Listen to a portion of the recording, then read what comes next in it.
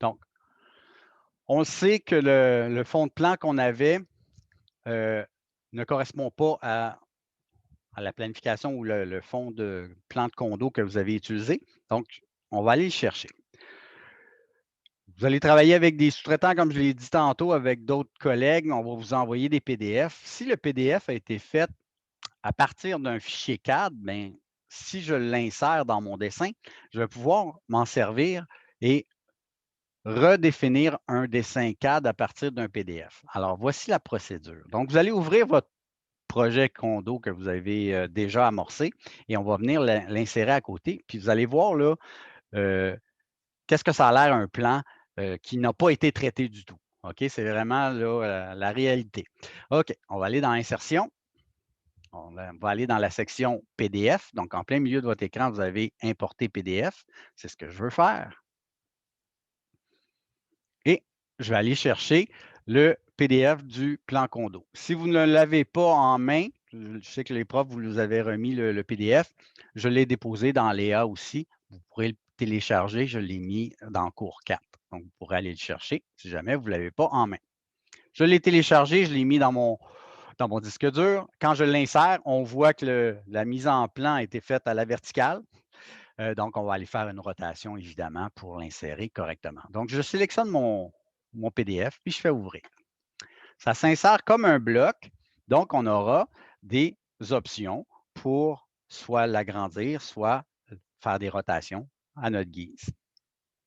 Donc, dans mes options, moi, ce que je veux faire, est-ce que vous savez à quelle échelle ce plan-là avait été fait prime abord ou quelle échelle vous avez utilisée pour les mesurer? Un quart égale un pouce? Un quart de pouce égale un Ouais, pied? Oui? c'est ça. OK. Excellent. Donc, quand on sert de la règle triangulaire pour mesurer, là, on réduit ni plus ni moins que les vraies grandeurs d'un certain facteur. Donc, l'échelle un quart de pouce égale un pied, là, c'est vraiment, j'ai 1/4 qui est égal à 12 pouces ou un pied. OK? Donc, l'idée, c'est de faire la règle de 3. Un petit peu de mathématiques cet après-midi. Donc, très simple. J'ai 1/4 qui est égal à 12. Je prends le 4 qui est en bas, puis je le multiplie. Donc, je multiplie mon 12 par 4, ça me donne 48. OK? Donc, c'est comme si je ramenais mes deux côtés égales. Donc, je multiplie les deux côtés par 4. 4 fois 12, ça me donne 48. Ça veut dire que quand je me sers de ma règle triangulaire à l'échelle un quart de pouce égale un pied, c'est comme si je réduisais mon plan de 48 fois pour qu'il rentre sur ma feuille. OK? Donc, ça, c'est la pratique, c'est en fait la méthode de calcul pour chacune des échelles, ça fonctionne de la même façon. Si vous avez un plan à l'échelle 1/8 de pouce égale un pied, ben c'est 8 fois 12, 96. Donc, plus mon échelle est petite, plus mon facteur de réduction est grand. OK? Donc, si j'insère mon plan tel quel, il va être minuscule. Pourquoi? Parce qu'il est imprimé sur une feuille 11-17. Moi, je veux le ramener en vraie grandeur. Donc, quand je lui dis ici échelle, bien, je vais mettre son facteur d'agrandissement. Je le ramène à 48. Donc, il va s'agrandir de 48 fois pour qu'il reprenne sa taille d'origine, vraie grandeur. Rotation, je vais faire une rotation de 90 degrés et je vais faire OK. Ça importe notre PDF. Donc, je vais juste le déplacer. Ça fait un bloc avec. Hein? Donc, cette fonction-là va faire un bloc et j'ai mon plan qui vient de s'insérer. C'est devenu des lignes AutoCAD. Donc, je peux les traiter à même titre que n'importe quel dessin. Je veux pouvoir utiliser les lignes qui sont à l'intérieur. Je le sélectionne et je vais, comme si je voulais défaire le bloc, bien, je vais décomposer. Donc, avec l'outil décomposer, je vais pouvoir maintenant utiliser et corriger mon plan de sorte que j'ai le bon fond de plan pour faire mon jeu. Donc, tout ce qui est comme des petits résidus qui sont là, vous pouvez les supprimer. Le cartouche aussi, je n'ai pas besoin de ça. Je vais même enlever toutes les informations dans le bas. Moi, ce que je veux, c'est le plan. Donc, j'ai un plan qui s'est inséré. Il est en vraie grandeur, donc je peux mesurer, je peux faire ce que je veux avec. Ce plan-là n'a pas été traité, donc allons voir un petit peu c'est quoi que je mentionne dans les correctifs qu'on a apportés quand on reçoit des plans. Bien là, c'est un bel exemple. Je vais faire un petit zoom pour vous montrer. Bien là, on va s'apercevoir qu'ici, les murs ne sont pas parfaitement bien alignés. ne sont pas parfaitement bien raccordés. Les lignes excèdent un peu partout. Donc, ça va être à nous de corriger le tir. Je vois cet exercice-là comme une récap de DA1 en même temps. On va revoir les commandes pour raccorder, étirer, etc. Donc, toutes les commandes qu'on a utilisées en DA1, on va les utiliser ici. Je vais faire un petit zoom pour vous montrer le coin de la porte. On voit qu'ici, les lignes ne sont pas bien raccordées. Puis la porte n'est même pas bien placée par rapport au coin du mur. OK? Donc, nous, notre exercice, c'est de venir corriger, raccorder les coins parfaitement. Les portes, le texte, on va tout effacer ça, puisque de toute façon, moi, ce que je veux au final, c'est qu'on puisse insérer les bons blocs pour nos portes, nos fenêtres aussi, etc. On va insérer nos blocs dans ce dessin-là. OK? Donc, ce que je vais faire ici, là, je vais commencer par en bas ici. Puis là, on s'aperçoit que l'utilisateur qui a fait ce plan-là a utilisé non pas des murs solides, donc les hachurages solides, il a utilisé un style avec un paquet de lignes dedans. Donc, l'inconvénient, c'est que c'est toutes des lignes qui sont séparées. Donc, première application qu'on peut faire pour sélectionner de façon rapide, si vous vous rappelez, quand vous cliquez à côté d'un objet, puis vous ouvrez une fenêtre, bien, la fenêtre verte prend tout ce qu'elle touche versus la fenêtre bleue, elle prend seulement ce qui est inclus au complet dans ma fenêtre de sélection. Donc, ça veut dire que si je me sers de ma fenêtre bleue ici, puis je sélectionne, bien, il va supprimer quoi? Il va supprimer seulement ou sélectionner dans ce cas-ci que les lignes qui sont incluses dans ma fenêtre bleue. Donc, avantageux d'utiliser cette fenêtre-là, puisque moi, ce que je veux effacer, c'est en fait que mes lignes d'hachurage. OK? Contrairement à si j'utilisais la fenêtre verte, puis là, je faisais supprimer, bien, il va supprimer le mur aussi. Donc, important, nuance importante, la fenêtre de sélection en bleu va prendre seulement que les lignes qui vont être complètement incluses dans ma fenêtre de sélection. Donc, ça nous permet de voir c'est quoi la différence entre les deux fenêtres si vous ne l'aviez pas déjà expérimenté. Au niveau du texte, ben, le texte pour le PDF, c'est un paquet de lignes. Donc, tout ça, je vais toutes les supprimer. Moi, ce que je veux au final, c'est avoir le fond de plan, les lignes, et je vais insérer mes fenêtres, mes portes, etc. là-dedans. Okay? Même chose pour les appareils de chauffage qu'on a ici. Ça va être des blocs qu'on va insérer. Donc, vous pouvez supprimer ça sans problème.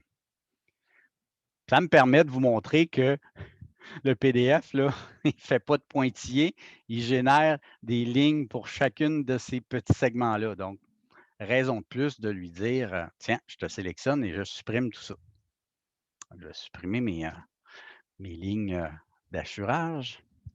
Au niveau des fenêtres, là, on s'aperçoit que le PDF a fait des polylignes avec la fenêtre, a fait une ligne complète pour mon mur extérieur. On va faire en sorte que nos lignes ne passent pas à travers nos fenêtres.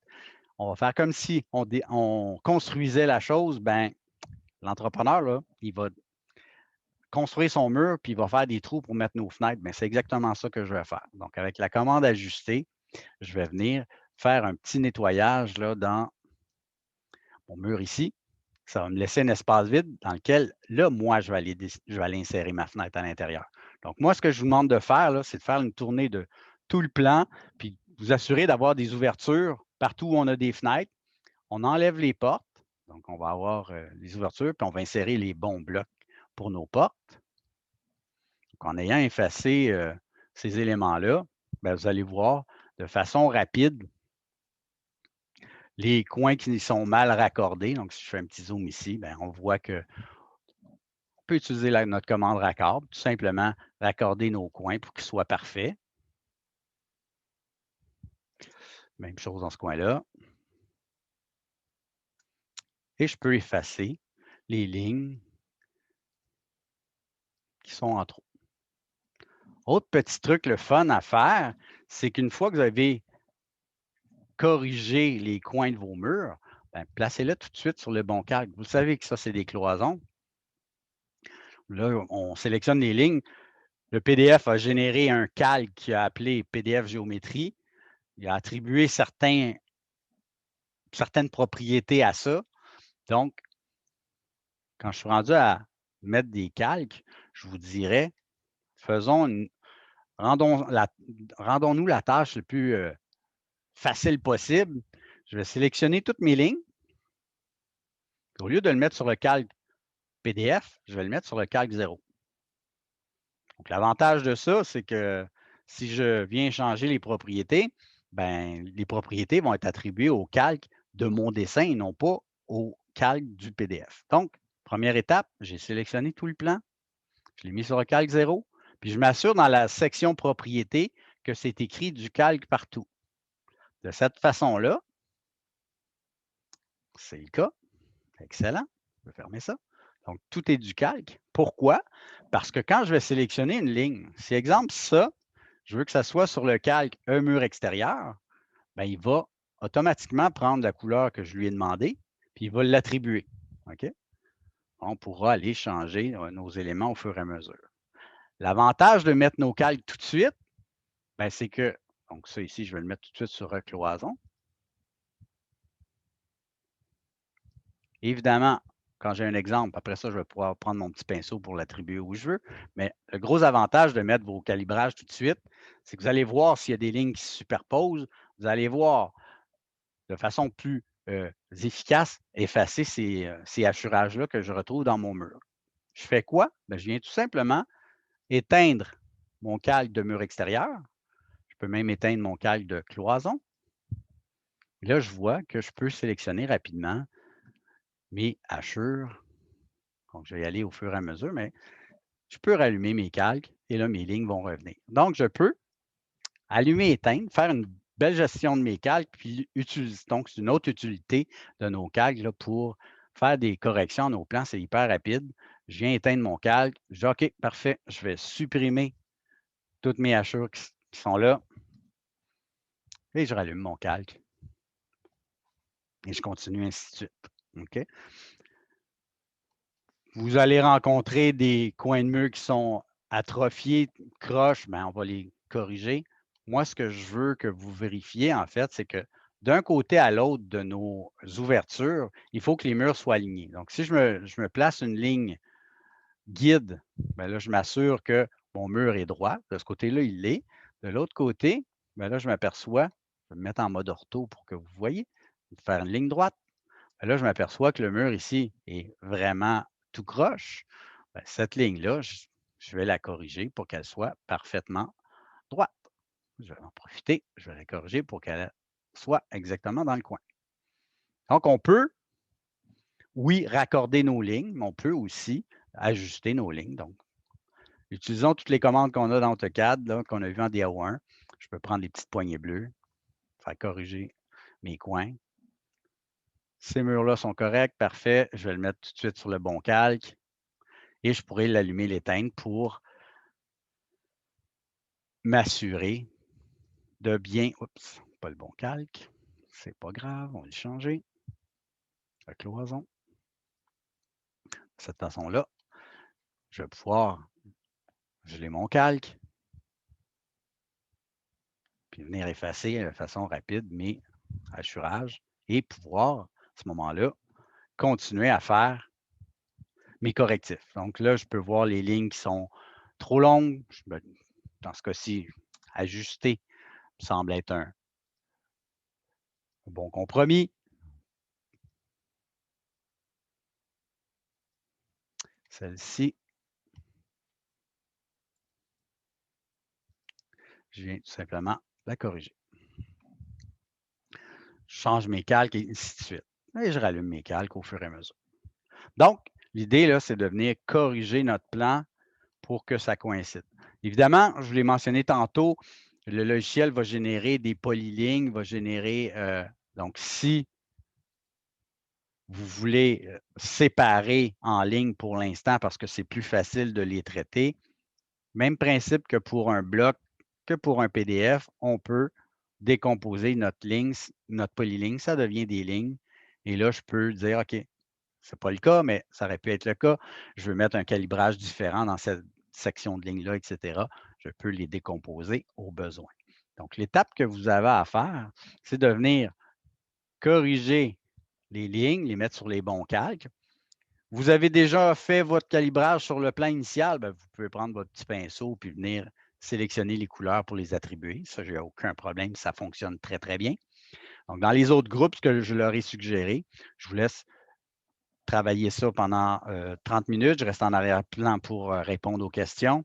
Puis dans 30 minutes, je continue la démo et on continue à travailler dans ce plan-là. La prochaine étape, ce sera d'insérer les portes, les fenêtres et à ajouter des paramètres dynamiques à nos blocs pour nous faciliter la tâche. OK? Est-ce que ça vous va? Oui. Tout le monde? Donc, ouvrez votre plan condo, puis on va faire insertion, donc insertion PDF. Si je répète, parce que vous n'avez pas encore la vidéo, j'insère mon PDF. Je lui donne son facteur d'échelle, 48, banque de rotation, 90, et ça insère le plan qu'on décompose, qu'on vient ajuster, qu'on peut positionner où on veut. Donc, on le décompose, puis on vient corriger les infos à l'intérieur. Donc, voilà, je vous laisse expérimenter la chose, puis je reste en arrière-plan pour répondre à vos questions.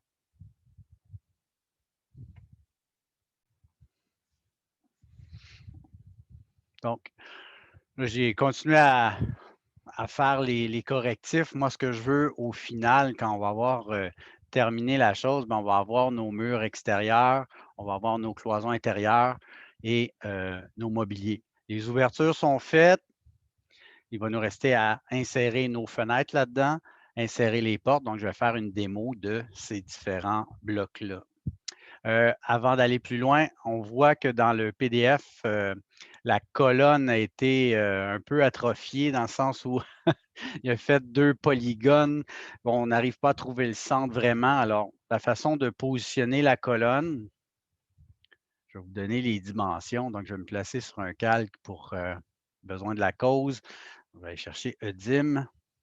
Je vais aller me faire une cote horizontale. Donc, à partir du centre de la colonne jusqu'au mur latéral, on a un pied 6 pour trouver le centre.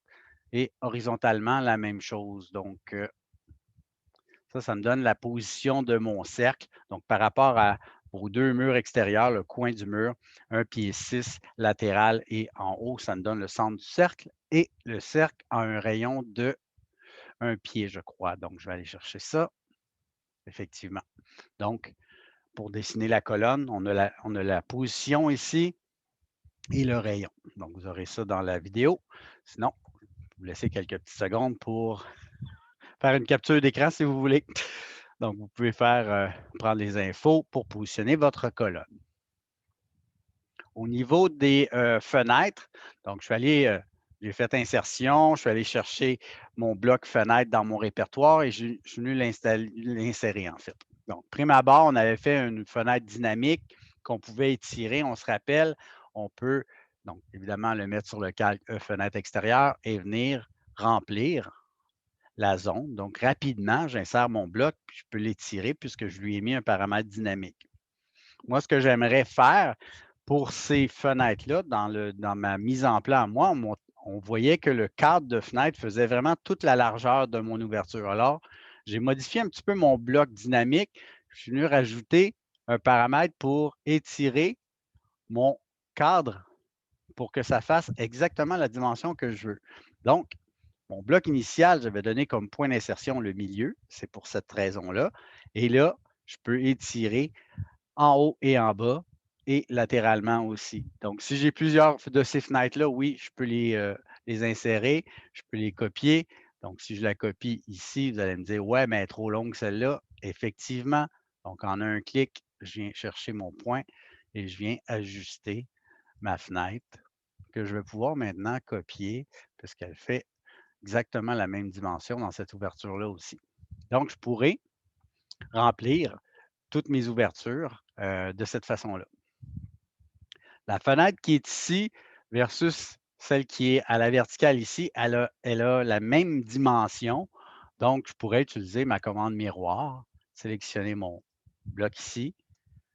Comme mon coin est parfaitement 12 pouces par 12 pouces, mais si je fais une diagonale avec mon axe, ma commande miroir, bien, il va faire ma fenêtre à la verticale automatiquement. Donc, je vous montre un petit peu comment fonctionne, en fait, ce que j'ai rajouté à mon bloc dynamique. Donc, je vais aller dans l'éditeur de blocs, comme on a fait avec notre collègue tantôt. Donc, j'ai ma distance 1 avec son paramètre d'étirement qui me permet d'étirer ma fenêtre latéralement. Et regardez bien sur le côté ce que j'ai fait. J'ai rajouté un paramètre, donc distance 2 pour étirer la partie haute, distance 3 avec un paramètre d'étirement pour étirer le bas. Donc, si je décortique ça, je vais l'effacer. Donc, je vais recommencer mes paramètres pour vous guider là-dedans. Donc, première étape, paramètre linéaire, à partir du milieu, ou mon point d'ancrage, jusqu'à l'autre extrémité ici, je vais mettre ma distance 2. On se rappelle que les flèches de départ, on les supprime pour conserver que la flèche représentant mon étirement ou mon point paramétrique. Même chose pour le bas. Donc, point de départ, le milieu, point d'arrivée, l'extrémité, et je viens positionner ma cote à côté. Faites-vous-en pas pour les alignements de ces cotes-là, ça n'a aucune incidence, c'est juste une indication. Donc, elles peuvent être positionnées de façon visuelle, tout simplement. Je viens supprimer ma petite poignée. On m'indique ici mon point d'exclamation qui m'indique que ma job n'est pas terminée. Donc, je vais mettre une action maintenant. En fait, 2. Étirer. Je sélectionne mon premier paramètre vertical. Mon point paramétrique, toujours ma petite poignée. J'englobe ce que je veux étirer.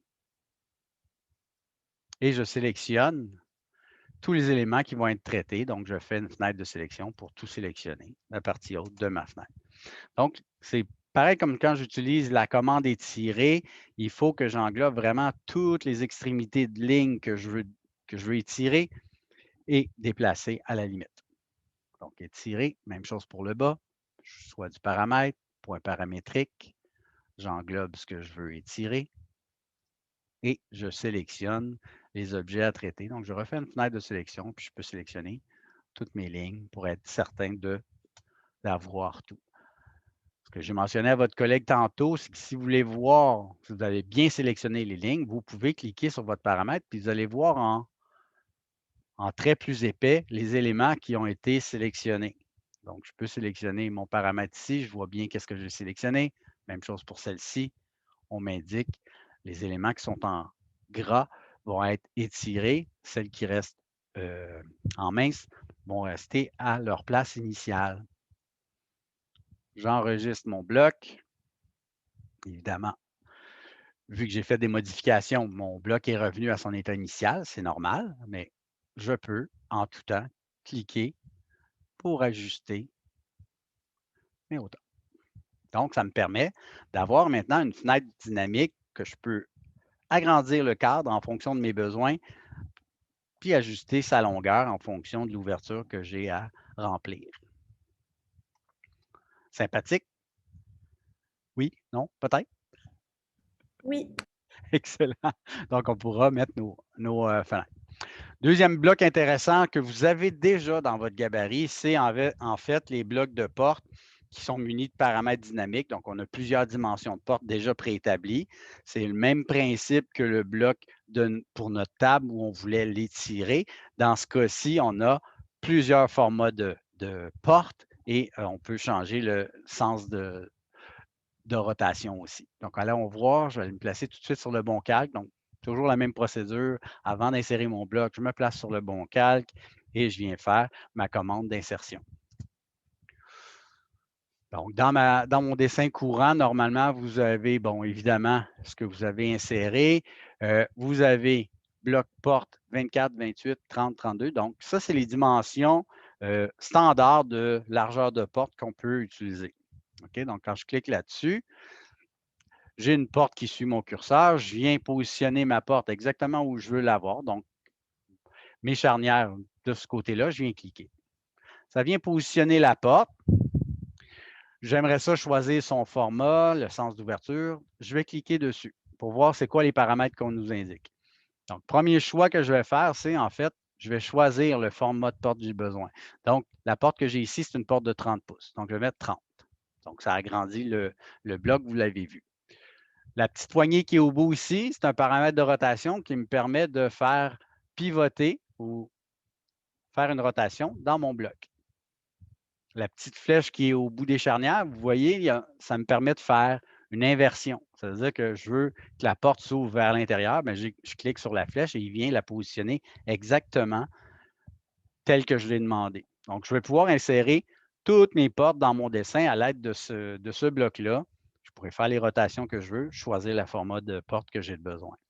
Si je vous montre le contenu, puisque tous les blocs dynamiques fonctionnent de la même façon, vous pouvez toujours aller voir comment il a été constitué.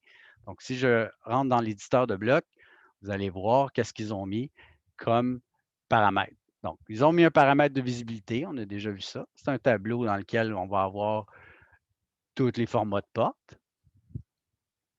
Le paramètre d'inversion qui nous permet de faire pivoter la porte de gauche à droite, de haut en bas, puis un paramètre de rotation. Donc, c'est tous des paramètres qu'on peut ajouter. Donc, ça nous indique un peu comment le bloc a été constitué. Donc, on peut toujours aller voir en tout temps comment les blocs ont été faits. Donc, dans votre gabarit, vous avez déjà des blocs, puis la plupart ont des paramètres dynamiques dedans. Donc, vous pouvez aller les voir comment ils ont été constitués. Dans le plan, on voit qu'il y a des portes qui sont ouvertes à moitié, à 30 degrés, etc. Convention graphique d'un plan d'architecture ou de design, les portes, on les ouvre pleines. Donc, on les ouvre à 90 degrés. Donc, ce n'est pas nécessaire de les faire à 30 degrés. Nous, notre bloc, il a été fait à 90 degrés, donc on peut se servir de ce bloc-là sans problème, puis on peut les laisser pleine ouverture ou ouverture à 90 degrés. Donc, ça, vous pouvez utiliser le même bloc partout. Au niveau de, j'avais parlé tantôt qu'on pouvait faire un bloc pour les appareils de chauffage. Donc, appareil de chauffage, je ne sais pas si on l'a ici, je veux juste voir si c'est le bon. Je vais aller vous montrer comment on le constitue. Oui, il y a plusieurs grandeurs dedans. Donc, prime abord, quand je me fais un appareil de chauffage, je dessine les formes que je veux avoir. Donc, je vais le faire à partir de 0 pour vous montrer. Il y en a plusieurs qui me posaient la question. Est-ce qu'il faut qu'on dessine l'appareil de chauffage? Bien oui, on va le dessiner. Donc, on part de notre calque 0. On vient se faire un rectangle dont les dimensions font 24 pouces de large par 4 pouces de haut. Donc, mon rectangle est ici. Je viens de me tracer une ligne diagonale, toujours sur le calque 0, ligne diagonale. Et la convention graphique d'une plainte chauffante ou un appareil de chauffage, c'est ce symbole-là. Je viens me faire un bloc avec ça.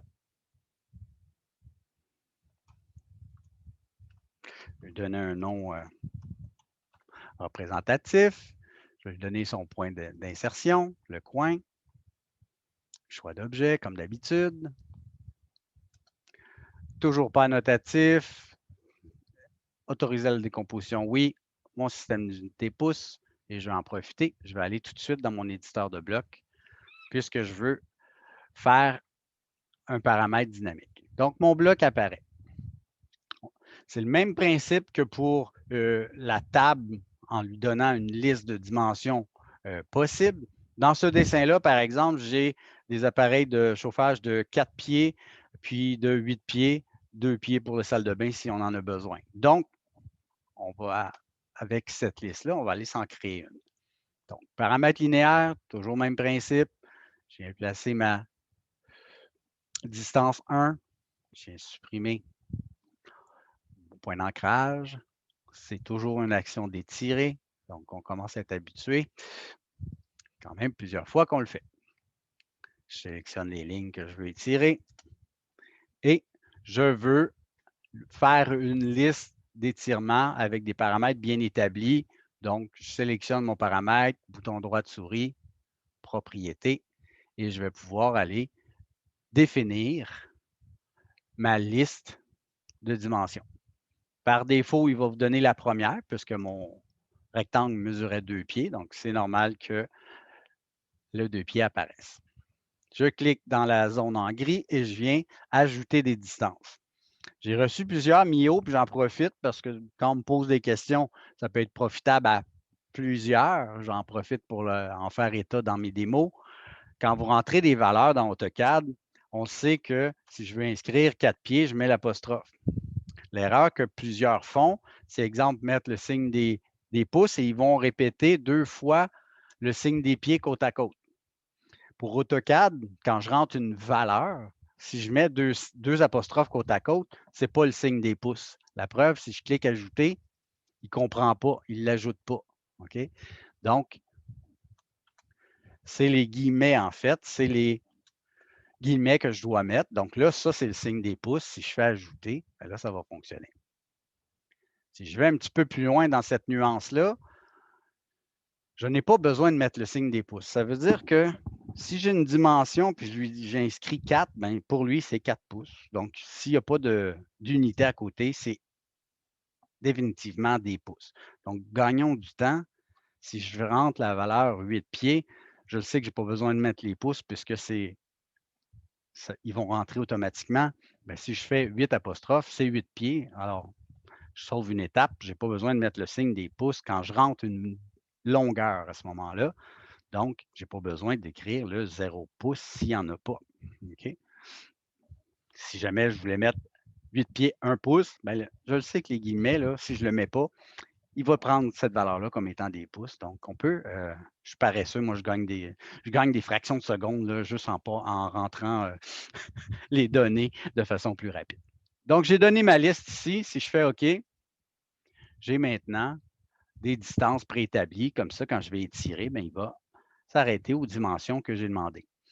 Si jamais vous en avez besoin de plus, vous pouvez toujours revenir dans votre éditeur de blocs, rajouter certaines distances pour ajouter des valeurs intermédiaires. J'aimerais ça que cet élément-là puisse pivoter sans même que j'aille à chercher la commande rotation. Donc, je vais lui ajouter un paramètre pour faire ça. Donc, dans ma liste de paramètres, on a vu paramètre linéaire, on a vu point de base, on a vu visibilité. Bien, on a un paramètre de rotation. Donc, le nom le dit, va me permettre de faire une rotation de mon objet. Je sélectionne mon paramètre, il me dit de sélectionner son point de base. Donc, le point de pivot pour ma rotation, bien, ce sera le point exact qui correspond à votre point d'insertion. Donc, je donne le même point de départ. Ça ouvre automatiquement un cercle en pointillé. Je veux positionner ma petite poignée bleue. Moi, je vais prendre le milieu de ma ligne. Donc, comme ça, sur mon bloc, il va toujours avoir une petite poignée bleue, une petite bulle bleue qui m'indique que je peux faire une rotation. Je clique 2 fois à cet endroit et ça vient positionner ma bulle de rotation. J'ai un petit point d'exclamation, ça veut dire que je n'ai pas terminé ma job. Donc, action. Ça tombe sous le sens qu'on va faire une action de rotation dans ce cas-ci. Je vais sélectionner mon paramètre. Et quand il va me demander de sélectionner, je vais sélectionner toutes les lignes et même mon paramètre d'étirement, puisque si je fais une rotation de mon objet, je veux que mon paramètre d'étirement suive mon objet. Donc, je sélectionne vraiment tout et tout va pivoter en même temps. Terminer mon bloc. J'enregistre. Je sélectionne mon bloc. Je peux l'insérer sur le calque que je veux. Dans le cas présent, on en a un qui s'appelle chauffage normalement. Oui, oui, et voilà. Je peux l'étirer. Donc là, il est à 2 pieds, 4 pieds, 8 pieds selon le cas. Je peux faire une rotation. Donc, je prends ma petite bulle, puis je peux faire des rotations au degré que je veux. Donc, l'idée, ça va être de venir le positionner tout simplement au bas de mes fenêtres. Les appareils de chauffage sont toujours situés au bas de nos fenêtres puisque mon mur extérieur est isolé avec une certaine norme. Donc, le mur est toujours plus performant que ma fenêtre. Donc, si j'ai un apport en froid, c'est toujours au niveau de la fenêtre. Donc, l'air froid va descendre le long du mur, il va être réchauffé, puis ça va permettre d'avoir une circulation d'air et d'être efficace quand on fait des périodes de chauffage durant l'hiver. Donc, c'est pour ça qu'on a nos appareils de chauffage sous les fenêtres. Donc, on a des blocs pour nos fenêtres, nos portes, nos appareils de chauffage. pour ce qui a trait à la baignoire, le WC, vous pouvez vous servir des lignes qui sont déjà incluses au PDF pour former votre bloc. Et c'est ce que j'ai fait moi ici. Hein, je suis fait un bloc baignoire. Je vais le défaire pour vous montrer ce que j'ai fait tout simplement. J'ai utilisé les lignes qui étaient là. Elles étaient déjà toutes tracées sur le calque 0 puisque j'avais fait ma job au début. Je l'avais tout mis sur le calque 0. Vous avez tout simplement à composer votre bloc comme vous le faites à l'habitude. Donc, je vais l'appeler 2 parce que j'en ai sûrement déjà un qui s'appelle baignoire. Donc, je vais lui donner son point de départ, le coin du mur, et je sélectionne les objets.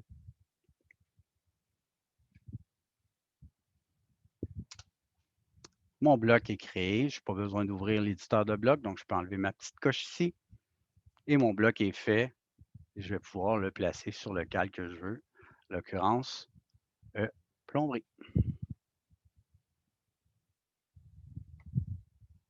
Donc, je peux me constituer des blocs. Donc, de ce dessin-là, là, je veux vraiment que tout ce qui est répétitif, ça soit des blocs. On va rajouter du texte, on va rajouter les hachures dans nos murs. Donc, notre plan va déjà être pas mal amorcé là, quand il va venir le temps de faire notre jeu de plan. OK? Donc, on installe les portes, les fenêtres, on fait nos blocs ici. On va mettre les hachurages dans nos murs. Donc, les hachures, on se rappelle, hachures solides. Puis, vous avez un calque pour les solides, pour les cloisons et pour les murs extérieurs. Donc, vous avez 2 calques distincts pour faire vos hachurages dans vos murs. Donc, vous allez pouvoir le faire. Est-ce que ça va jusqu'à maintenant? Vous avez déjà fait du texte. Si ce n'est pas le cas, en fait, on va activer notre calque. Donc, moi, je veux nommer mes pièces. C'est mon plan de l'existant.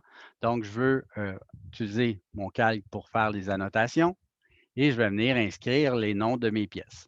Quand vous annotez vos plans, là, on travaille avec le gabarit du département. Là, vous allez voir, il y a une multitude de styles de lettrage. Il y en a 2 qui sont primordiaux. C'est en fait le design intérieur note pour faire les annotations. Puis vous en avez un qui s'appelle normalement titre. Donc, pour faire, si on fait des légendes ou si on fait du texte, on va avoir les blocs de titre puis les annotations qui vont à l'intérieur. Donc, pour nommer mes pièces, je vais utiliser le style note. Je vais utiliser multiligne texte, puis je vais venir ouvrir une boîte de texte à l'endroit où je veux écrire mon texte. Je me place en majuscule, puis j'inscris, oups, en majuscule, ça serait cool. Et j'inscris, puis je pourrais le positionner où je veux. Moi, je suis hyper paresseux, fait que ça ne me tente pas de toujours aller chercher ma commande de texte, ouvrir des boîtes de texte. J'en ai une qui est faite.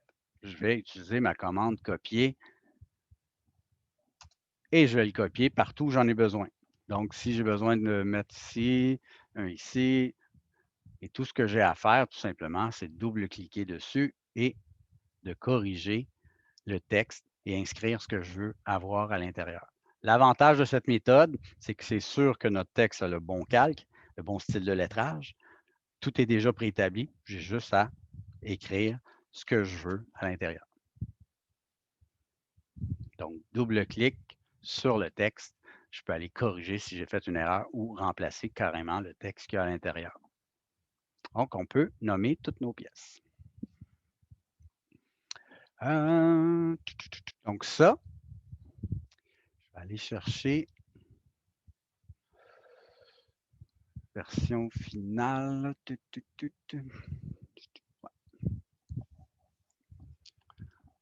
Okay.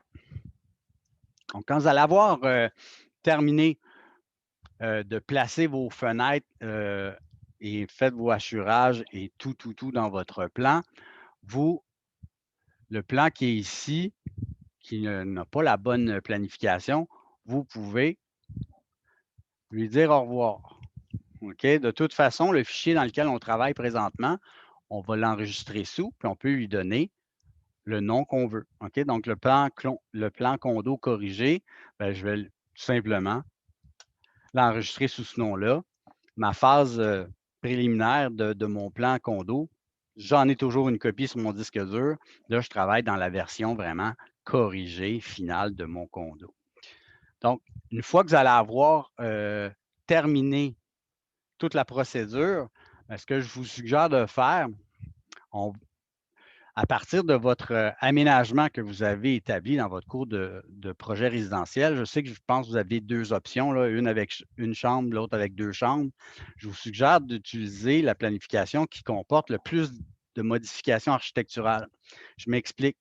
Nous, on veut faire un jeu de plans pour montrer à notre entrepreneur, bon, la phase existante, notre nouvel aménagement, puis entre les deux, je veux lui montrer qu'est-ce qu'il y a à démolir. Donc, moi, mon but, là, ça va être de faire un plan de démolition. Je vais aller chercher un petit exemple pour vous montrer.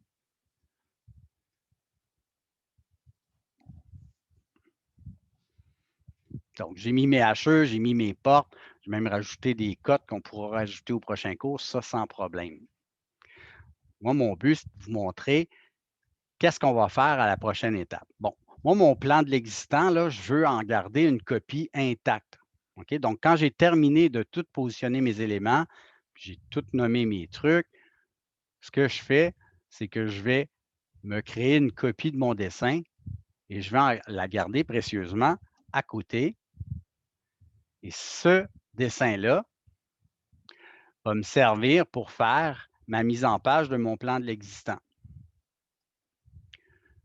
Sur ce plan-là ici, ce que je vais faire, je vais déterminer qu'est-ce que je dois démolir. Je vous fais un exemple. Moi, là, dans mon aménagement, là, je sais que la baignoire, là, je la remplace. Je prends un autre type de baignoire, elle va être positionnée à une autre place. Donc, dans le plan de droite, je vais faire ma phase démolition. Donc, je vais lui dire, OK, cette baignoire-là, si ma souris veut suivre, des fois, on a des petits lags. OK. Je vais faire. Et là, vous regardez dans vos calques de démolition, on a exactement les mêmes calques que dans l'existant, mais on peut dire à notre entrepreneur, à l'aide de ce calque-là, que cette baignoire-là va être soit démolie, relocalisée, déplacée, selon le cas. OK? Donc, moi, pour l'instant, je veux que vous déterminiez les éléments que vous modifiez dans votre plan. Donc, tout ce qui est plomberie, tout ce qui est cloison, on va les mettre sur la phase démolition. OK? Je fais un exemple. La porte ici, je la déplace. Ça va être une nouvelle porte qui va être placée à un autre endroit. Encore une fois, je vais aller chercher démolition.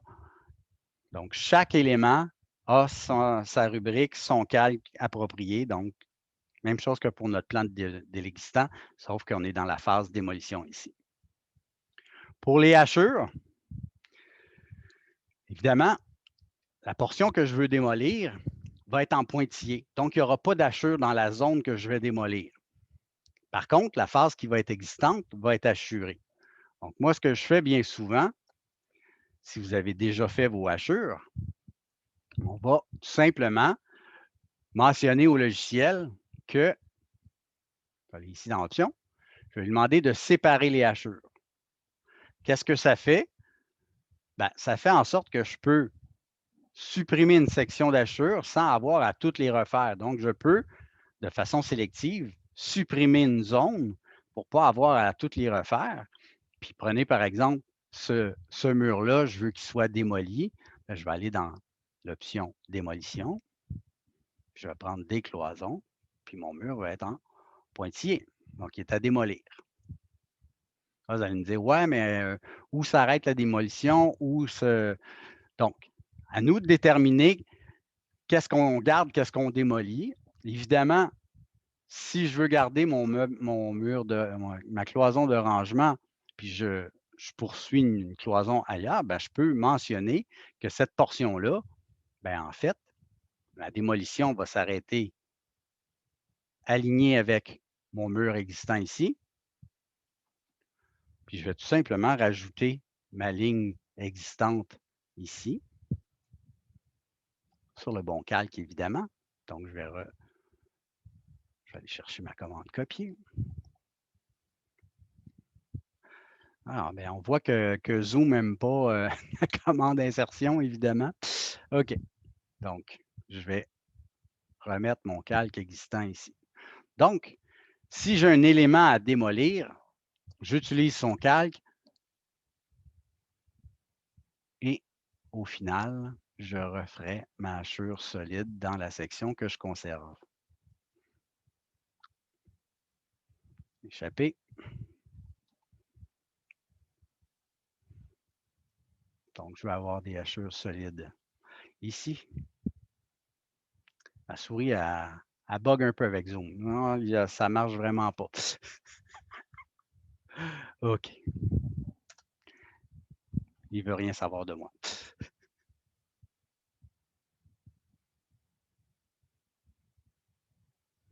Essayons une dernière fois. Sinon, ouais, c'est ça.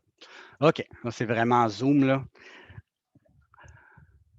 Donc, l'idée ici, c'est de positionner mes éléments sur les calques de démolition, puis on referme les murs qu'on conserve pour les garder sur la phase existante et on va rajouter les hachures dedans. Donc, voilà.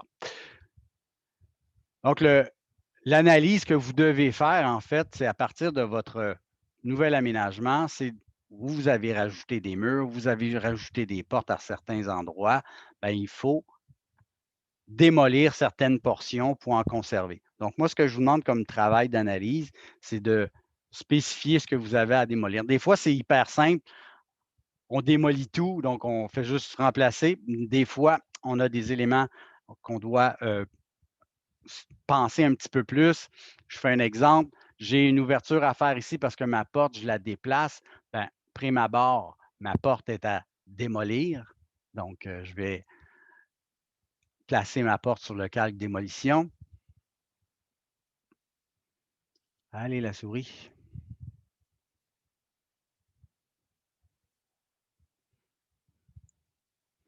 Donc, démolition porte. Donc, imaginez que je veux positionner une nouvelle porte à un certain endroit dans mon mur. Bien, il faut que je dise à l'entrepreneur, l'endroit où ma future porte va être, et je vais démolir une portion de ce mur-là. Donc, ça veut dire que l'hachure qui est ici, je vais l'enlever. Je vais activer mon calque existant pour positionner ma porte. Là, je la place de façon aléatoire, mais vous pouvez la placer exactement à l'endroit que vous voulez. Donc, exemple, puis je fais une ouverture de 30 pouces. Donc, imaginez que je veux positionner une nouvelle porte à cet endroit-là. Il faut que je dise à mon entrepreneur que je vais démolir une certaine portion de mur. Donc, je vais faire ajuster. Je vais couper mes lignes ici. Et à l'aide de mon calque démolition cloison, je vais tout simplement tracer la portion de mur que je veux démolir. Donc, ça serait, à ce moment-là, l'endroit, la position de ma nouvelle porte, mais à la phase démolition, l'entrepreneur, il veut savoir où il doit percer le mur. On viendrait rajouter des dimensions, évidemment. Mais moi, ma première analyse que je veux faire, c'est déterminer ce que vous avez à démolir en fonction de votre nouvel aménagement et placer les éléments à démolir, recycler ou remplacer par les calques de démolition. Donc, ça, c'est votre job pour le prochain cours pour qu'on puisse en faire la mise en page et poursuivre avec les légendes, etc. pour faire notre mise en page du plan de démolition et d'existant. Questions, insultes ou autres?